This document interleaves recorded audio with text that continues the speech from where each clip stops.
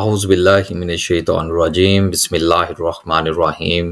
اشفاق احمد صاحب ایک انتہائی حساس واقعہ بیان کرتے ہیں کہ ایک مسلمان عورت کمرہ عدالت میں پہنچی اور دعویٰ کیا کہ میرا شوہر مرزئی ہو گیا ہے، میرا نکاح منسوخ کیا جائے۔ دوسری طرف اس عورت کا شوہر بھی حرکت میں آیا، اس کے ساتھ قادیان کے مشہور پیروکار بھی متحرک ہوئے، مگر عورت لاچار اور غریب تھی۔ اس کی قدرت میں نہیں تھا کہ ملک کے مشہور علماء کو اپنے مقدمے کی پیروی کے لیے رابطہ کر سکے، مگر دوسرے ہی لمحے کمرہ عدالت نے دیکھا کہ ایک ایسا مرد مومن میدان میں اترا جس کے علمی دلائل سے کمرہ عدالت لرز گیا۔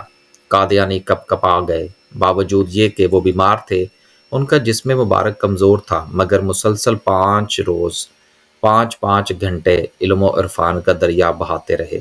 ناظرین، یہ 1926 کے دور کی بات ہے جب ایک مسلمان عورت ریاست بہاولپور کی ایک عدالت میں پیش ہوئی اور اپنا معاملہ پیش کیا کہ وہ اپنا نکاح منسوخ کروانا چاہتی ہے، اور وجہ یہ بتاتی ہے کہ اس کا شوہر عبدالرزاق مرزئی ہو کر مرتد ہو چکا ہے، لہٰذا وہ اپنے شوہر سے نکاح منسوخ کروانا چاہتی ہے۔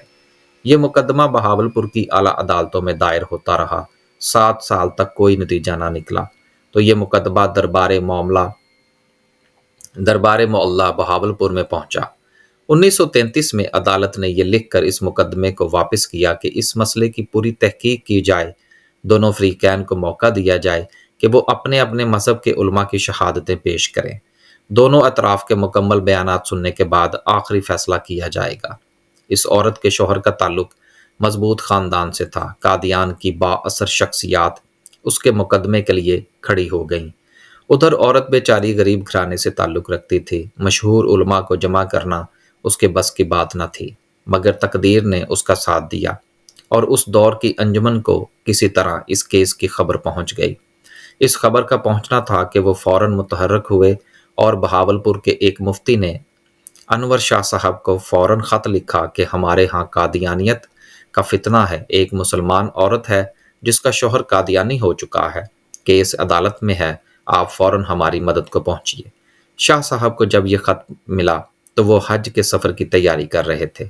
آپ اس سفر کو اپنے لیے ذخیرہ آخرت سمجھتے تھے۔ آپ نے بہاولپور کی جامع مسجد میں جمعے کی نماز پڑھنے کے بعد ہزارہ مسلمانوں کو خطاب کر کے کہنے لگے، میں خونی بواسیر کے مرض سے نیم جان ہو چکا ہوں، مگر اچانک مجھے ایک خط ملا ہے جس میں مجھے بہاولپور حاضر ہونے کے متعلق کہا گیا ہے۔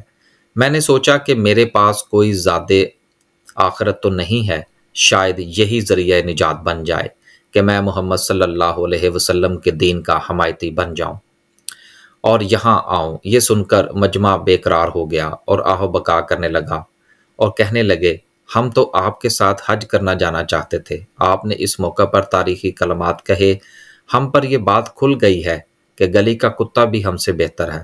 اگر ہم تحفظ ختم نبوت نہ کر سکیں ناظرین اکرام، تو اس کے بعد آپ نے حج کے سفر کو ملتوی فرما دیا۔ 25 اگست 1933 کو آپ کمرہ عدالت میں حاضر ہوئے۔ آپ نے کمرہ عدالت میں داخل ہوتے ہی مرزئی فریق کی وہ مذمت بیان کی کہ مرزئیوں کے تمام مجمع میں سناٹا چھا گیا۔ ختم نبوت کے موقف کو ثابت کرنے کے لیے آپ حدیث پر حدیث بیان کرتے، اس حدیث کی عام فہم مثال بیان کرتے، حتیٰ کہ عام لوگوں کو بھی خطبہ نبوت سمجھا دیتے۔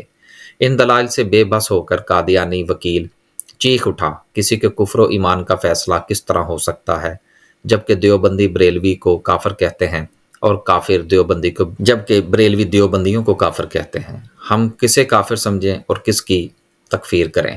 شاہ صاحب نے فوراً کہا، آپ قانونی اختلاف اور جزوی اختلاف کو ملا کر لوگوں کو دھوکہ نہ دیں۔ ہمارا مرزئیوں سے اختلاف قانونی اختلاف ہے، کیونکہ انہوں نے ہمارے دین کے بنیادی اصول ہی بدل ڈالے ہیں۔ 200 سے زائد احادیث ثابت شدہ ختم نبوت کا انکار کرتے ہیں، بلکہ جس مسئلے پر تمام امت کا اجماع ہے، یعنی تمام امت متفق ہے، اس سے ہی انکار کرنے لگے ہیں، تو وہ کیسے کافر نہیں ہو سکتے؟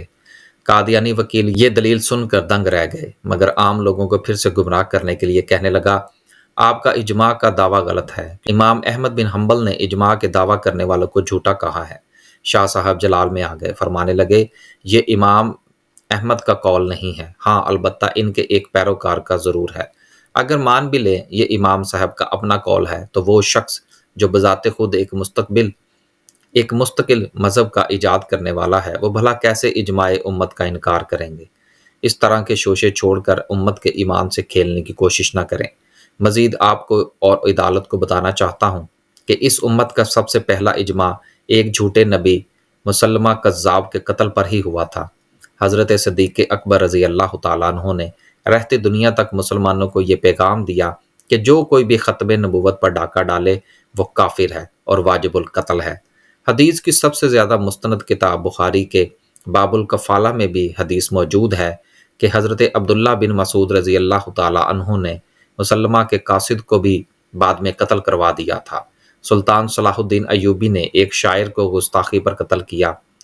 عیسیٰ علیہ السلام کا زمین پر دوبارہ آنا نبی علیہ الصلوۃ والسلام کے ختم نبوت کی دلیل ہے۔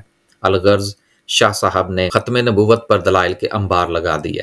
صرف شرعی دلائل پر ہی انحصار نہیں کیا بلکہ قادیانی لٹریچر سے بھی ان کا کفر ثابت کیا، جس میں مرزا قادیانی عیسیٰ علیہ السلام کی توہین کرتا ہے، حضور نبی علیہ الصلوۃ والسلام کی شان میں گستاخی کرتا ہے، اپنے پیروکاروں کے سوا تمام مسلمانوں کو کافر قرار دیتا ہے۔ آخر میں شاہ صاحب کا جوش بڑھا تو مرزائیوں کے بڑے مناظرے اور جلال الدین شمس کا ہاتھ پکڑ کر کہنے لگے، جلال الدین، اگر تمہیں اب بھی قادیانیوں کے کافر ہونے کا شک ہے تو آؤ میں تمہیں اس سے جہنم میں جلتا ہوا دکھاؤں۔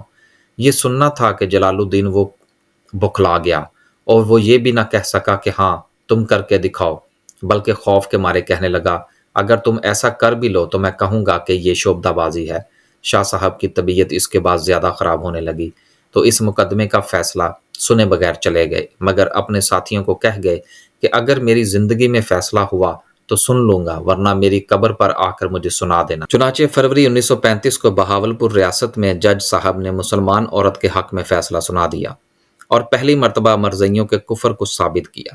شاہ صاحب کی وصیت کے مطابق یہ فیصلہ ان کی قبر پر جا کر سنایا گیا۔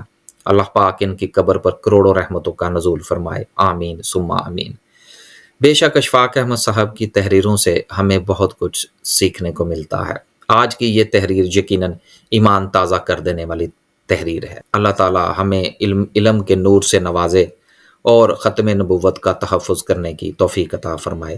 ایسی مزید ویڈیو دیکھنے اور سننے کے لیے ہمارے چینل کو لائک اور سبسکرائب کریں۔ اللہ حافظ۔